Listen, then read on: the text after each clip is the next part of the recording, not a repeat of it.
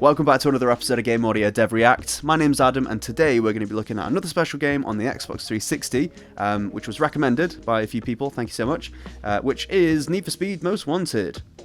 Published by EA, developed by Criterion. This is the 2012 game, and yeah, I'm really excited to check out the audio. I think it's the first racing game that we've covered on the channel. Please make sure to like and subscribe to appease the algorithm gods, and also follow me on Instagram, because that's where you're going to find out what videos are coming next. People that follow on there, they already know. I'm just saying. Anyway, let's get straight into the video. Okay. Oh yeah. Yeah, that's what I'm talking about. Yeah, seeing when you collide against like the metal barriers here is really nice, so let's try that.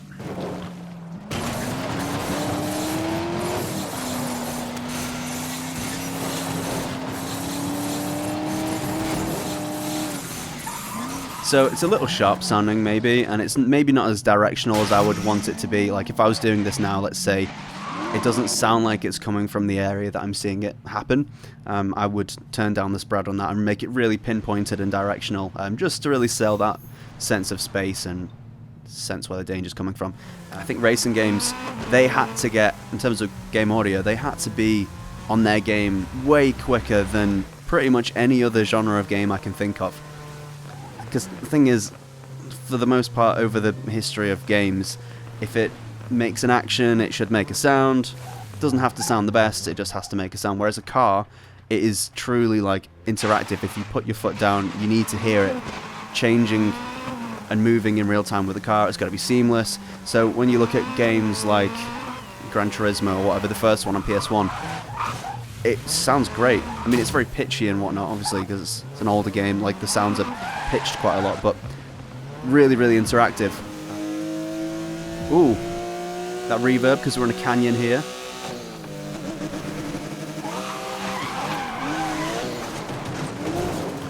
Really nice touch there. Always love seeing reverb in older games like this. Oh, interesting. So it's not just reverb, but it's also delay as well. So if we do the horn.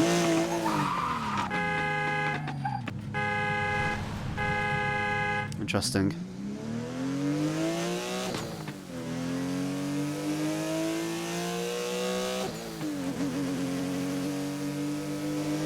So yeah, I was gonna check that. So when you go under bridges like that, you hear very momentarily, you hear a change in the ambience. I don't know whether that's just a reverb zone that you're going through, but we'll try and find some more.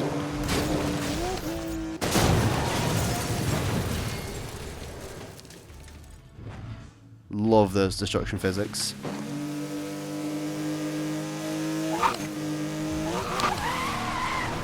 Yeah, the drifting feels so nice. It's really responsive, especially when you take a really like long corner and you kind of just drift around it. Whoop, too much. Dispatch, I'm in pursuit of a code 1042. Copy that. You are cleared for code 3. Additional units will be assigned. 10-4, can you provide suspect details? Okay, so the spatialization of the sirens is really nice there. It seems very narrow, so you're hearing exactly where those police cars are. And there is a mix change there when you turn around with the camera. Really nice there. So let's listen out again for mainly for the VO, because it sort of narrates everything that you're doing.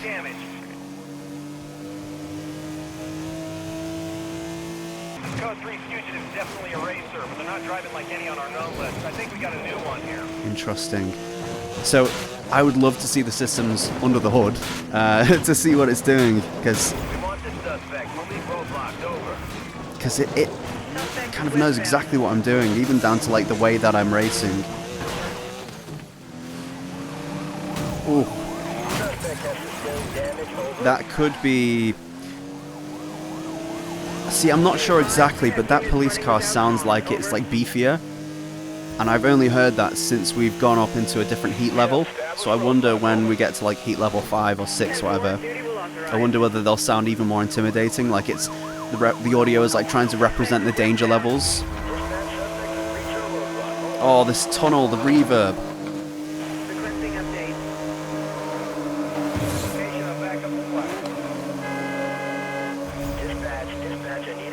This is great.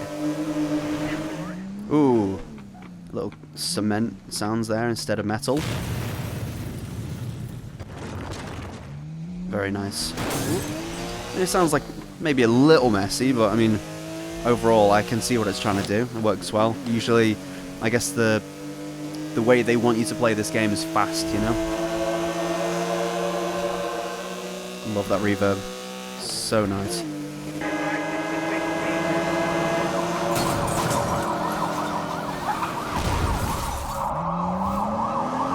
Jeez. It sounds amazing. It sounds so good.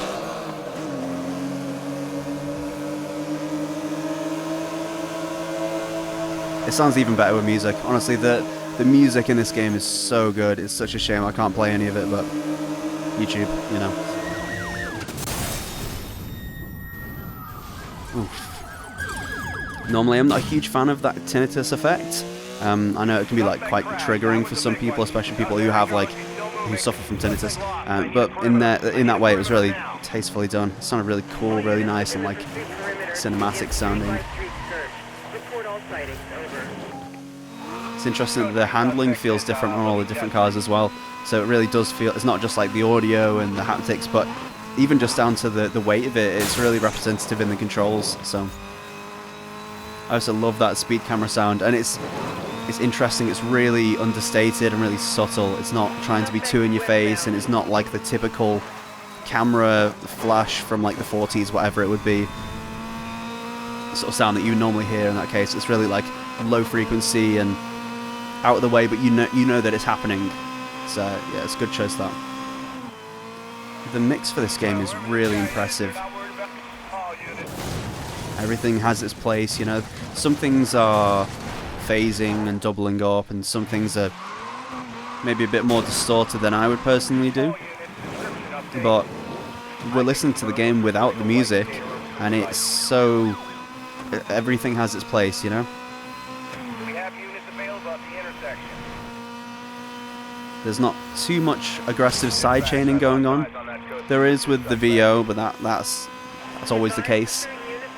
I just realized this is like doing day to night as well. I didn't notice a change in the audio from the conditions or like the time of day. We will listen out for that in the future. I guess it's hard to listen out when you're actively being pursued by the police. Yeah, so notice that police siren sound that has like a really large attenuation on it. You almost hear it too soon as like an informational sound to sort of let you know that the police are tailing you, obviously. But yeah, you hear it from unnaturally far away. But it's not a bad thing in this case because it's like a game tell, you know.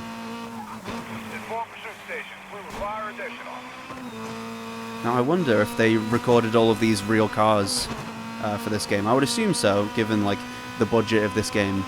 You know, there should be enough to be able to record all these vehicles authentically. Really cool cone sounds there, like a sort of hollow plastic when you hit them. Can't get enough of that reverb. Yeah, so they used a bit of filtering there on some of those UI elements to really like scoop the mix to make some space, which is tastefully done. Reverb's a little bit much in some areas though, when you're going full speed.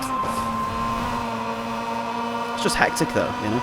It's really selling that sense of speed, especially because we're going 130 miles an hour, whatever. Ooh, I like those UI sounds. Let's listen to some of those. Again, no pitch variation on those. Seems from all the other videos that we've done, it seems like there's no pitch variation on most UI. So if you are designing UI sounds, I think keep that in mind. Just it seems like no one really uses pitch variation because it kind of uses more resources. I mean, barely, but even still. Cool sounds there. A little sci-fi sort of sounding.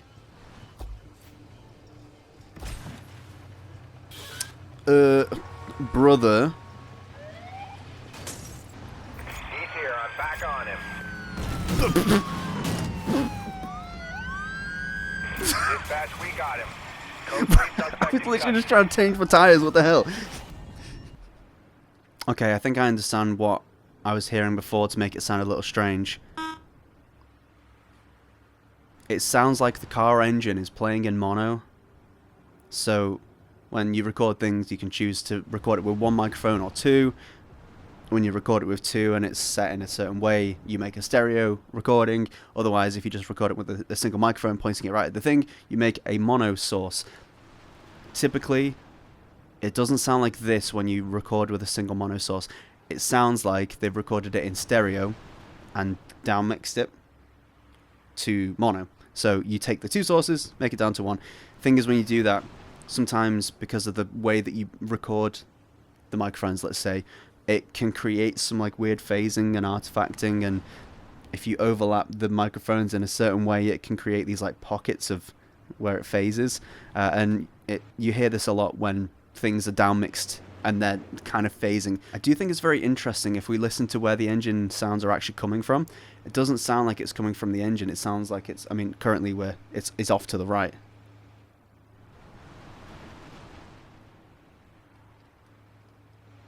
In fact, now that we say it, it sounds like the engine sounds are happening on the camera. It sounds like they are, the emitter is attached to the camera, which is kind of a clever way to do it, because if any game has fast-moving emitters, that creates a load of problem for the audio a lot of the time, because it just means it's using way more resources than it needs to. So if you have the thing tracked right to the vehicle, it's going to be using more resources than just keeping it on the camera. You know, I completely didn't even realize. So yeah, clever way to do that.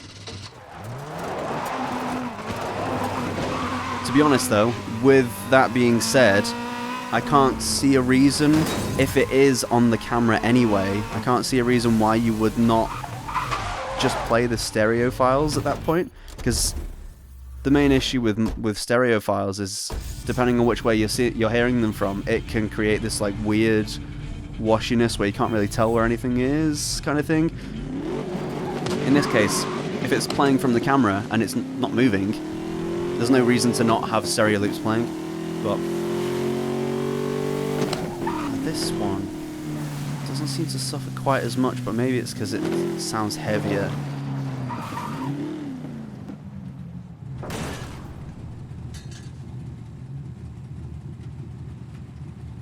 No, it's because it's spread further. So notice how that last car was a lot more directional than this, whereas you don't notice it quite as much on this one.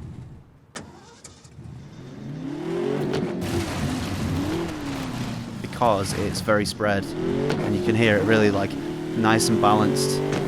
So that would be the way to do it, is to increase the spread so it's way less directional. If you're going to put the car audio on the camera itself and not on the model of the car, you know.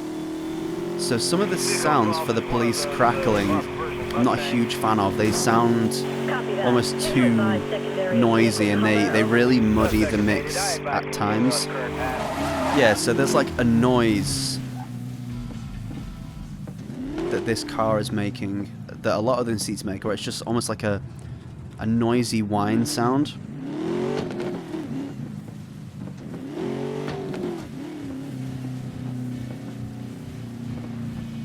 Ah, no, that's okay. So that's the sound of you driving through puddles.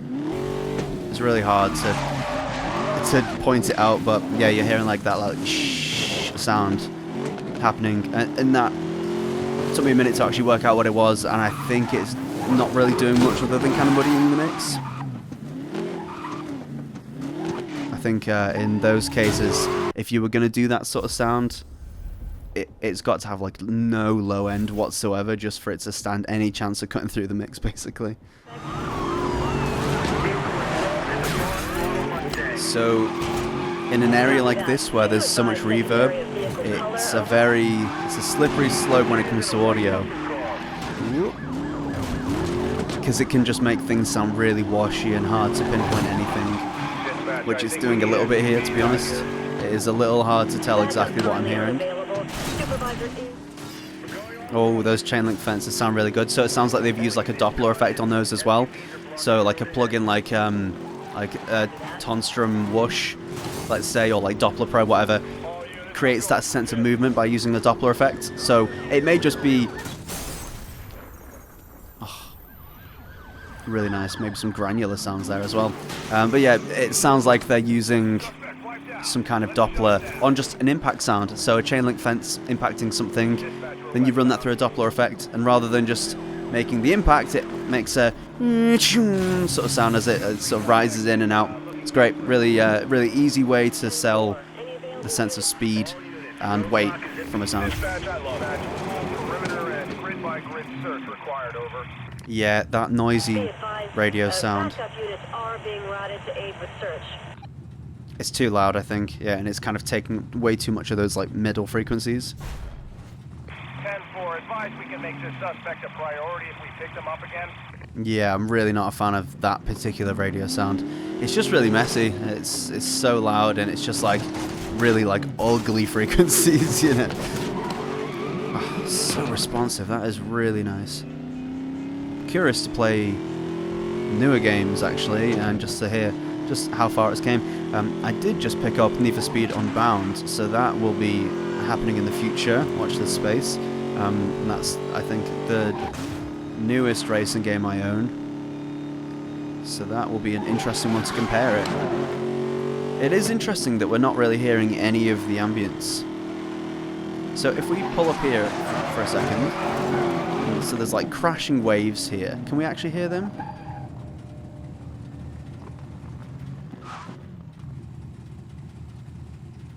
No, nothing at all. Now, it's easy to compare this game to modern day and think, you know, they had this, and this in new games, but the memory budget for a game like this would have been absolutely tiny.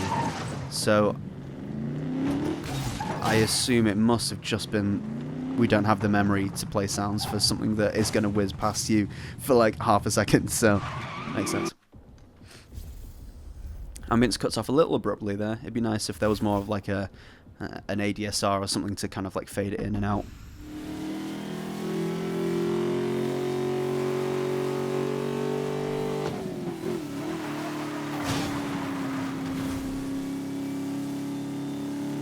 Yeah, we're really hearing those rain sounds there.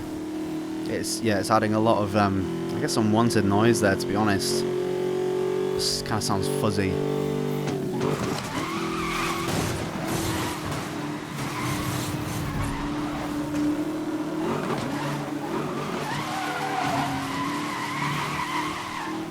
Drifting feels really nice.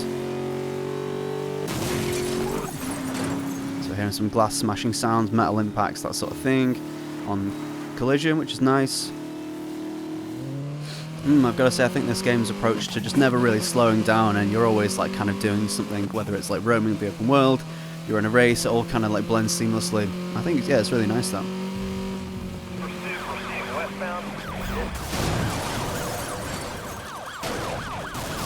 Oh, it's flipped. Oh, little beeping sound there to sort of suggest that you're going to be captured. That's cool. I don't think I've heard that so far. Maybe it's because of my wanted level. Who knows?